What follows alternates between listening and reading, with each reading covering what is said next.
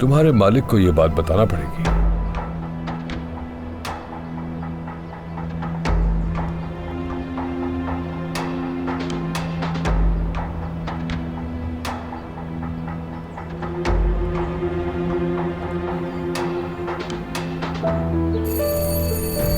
मुझे लगता है आजम आ गया। आप फिक्र मत करें, मैं देखता हूं।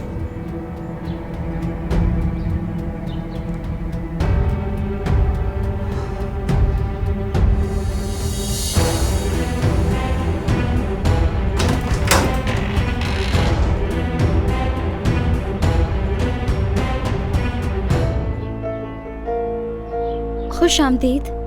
क्या आप अम्मी से मिलने आई हैं? मेरी बेटी, किससे मिलना है?